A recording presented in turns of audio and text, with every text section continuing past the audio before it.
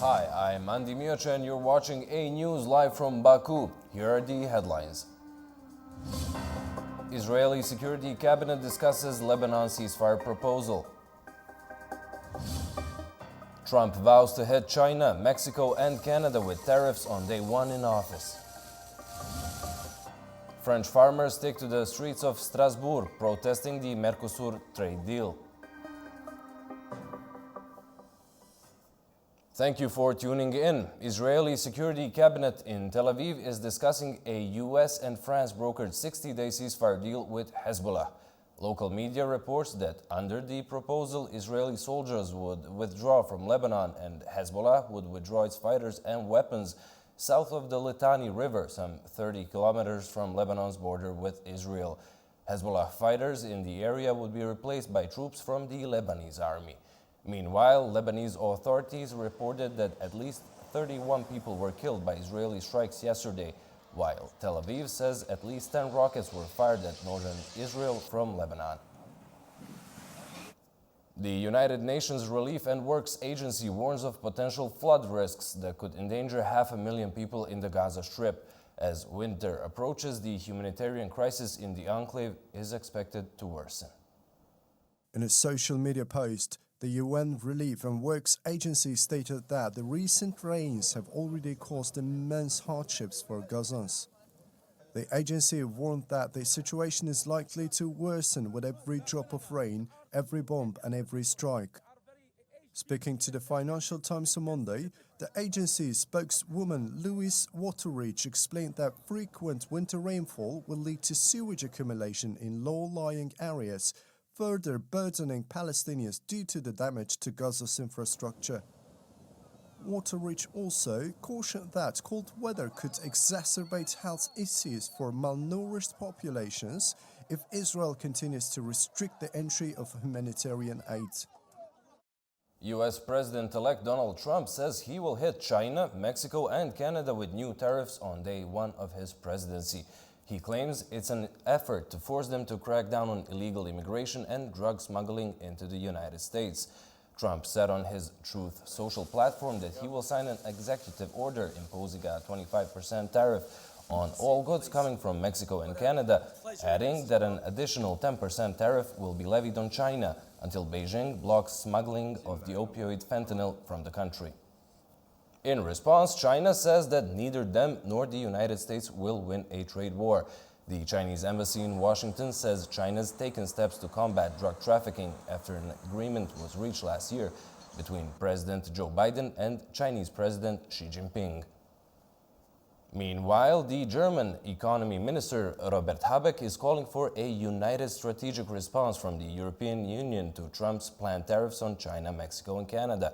Speaking at an industry event, Habeck said that immediate discussions are essential to ensure that economic consequences do not result in widespread losses.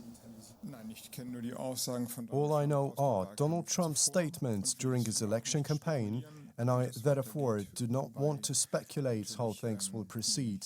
At the same time, last night's decision could be an indication that he's very serious. The EU must respond united to this and not tear itself apart into two or three blocks of countries, but speak as a united Europe.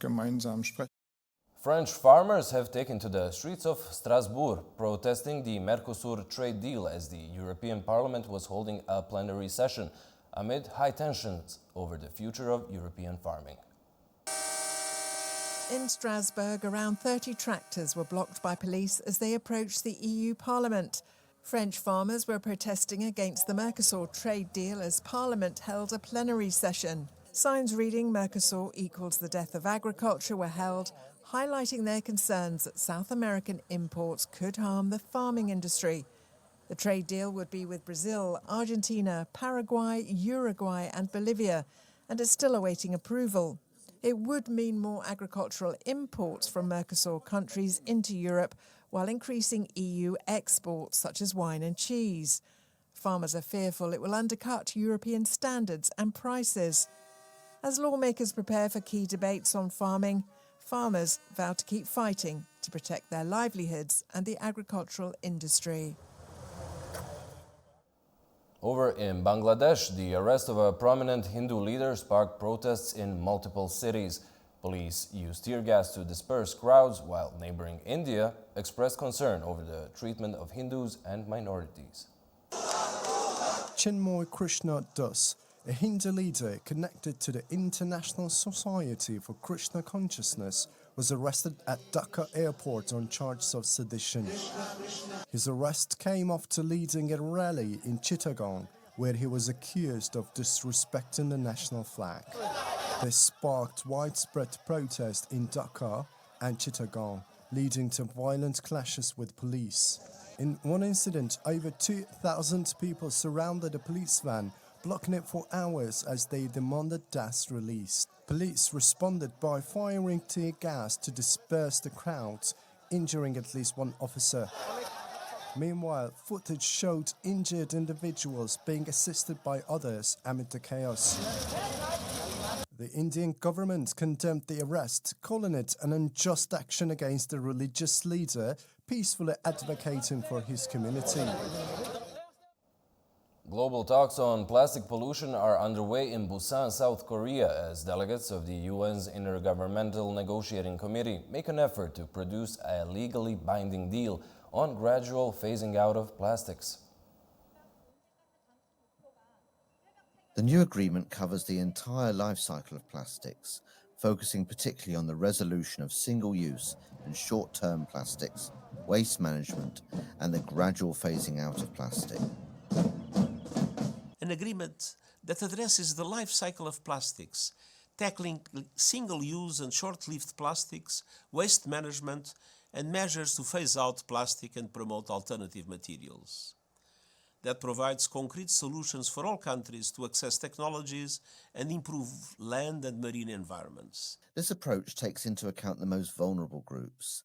The speakers emphasize how important this issue is for human health. Not a single person wants chemical-laced plastic particles in their bloodstream or their organs or in their unborn babies. The waste we have accumulated in our oceans and rivers now jeopardizes the lives of future generations. Conference participants noted that the agreement is not just about creating a legal document, but also about humanity facing an ongoing challenge. They also pointed out that the waste accumulating in oceans and rivers is endangering future generations, stressing the global security implications of the issue. The success of these negotiations will directly shape both our present and our future. The High Representative of UN's Alliance of Civilizations, Mikel Angel Moratinos, called the Azerbaijan-hosted COP29 summit here in Baku a success. Meeting with Sheikh ul Islam Al Shukur Pashazada, the chairman of the Caucasian Muslims Office, Moratinos gave praise on organizing the global summit of religious leaders within COP29's framework. Georgia has announced its presidential election for December 14th, with the inauguration set to be held 15 days later. In 2 days' time, the parliament is expected to approve a new government following last month's parliamentary elections being contested by the opposition. The sitting president, Salome Zurabishvili, is the last one to be directly voted into office, as the next one will be picked by a 300-member electoral college. In aviation news, Turkish-made Bayraktar TB3 drone continues its shipboard testing after making history as the first unmanned aerial vehicle to take off and land on a shore-deck vessel. During its second flight test conducted aboard TCG Anadolu cruising off the coast of Çanakkale, Bayraktar TB3 performed 2 more successful takeoffs and landings without using any landing support equipment. The indigenously developed UCAV successfully executed the test parameters while flying at an average altitude of 20,000 feet. After completing ramp test in Kesan and approach test at sea, Bayraktar TB3 UCAV achieved another milestone on November 19th, when it successfully took off from the short deck ramp at TCG Anadolu, which features a 12-degree incline. During a historic 46-minute test flight in the Aegean and Mediterranean junction, Bayraktar TB3 also successfully landed on the short deck without any landing support equipment. To date, Bayraktar TB3 has accumulated a total of 828 hours and 57 minutes of flight time during test flights. Italy's capital, Rome, known as the city with the greatest concentration of historical and architectural monuments in the world, remains in the heart of cultural heritage. However, many of these iconic landmarks are not as accessible due to ongoing preservation efforts and renovations work to safeguard the country's legacy for future generations. Italy's capital city, Rome, is internationally recognized as the city with famous historical and architectural monuments in the world, but not all of them are accessible to see as before.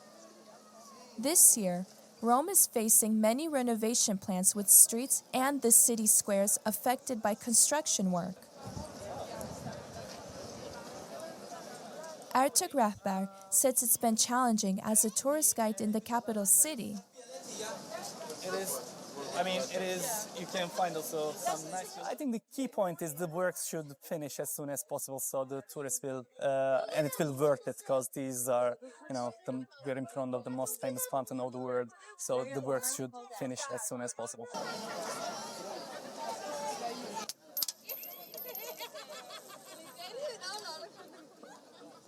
We were here 2 years ago, and I think the Trevi Fountain was one of the most beautiful things that we saw in Rome, and I was very excited to come back and see it. And I was a little disappointed that we didn't get the full effect of the whole Trevi Fountain. It's still beautiful, but from what I remember, it was definitely better 2 years ago.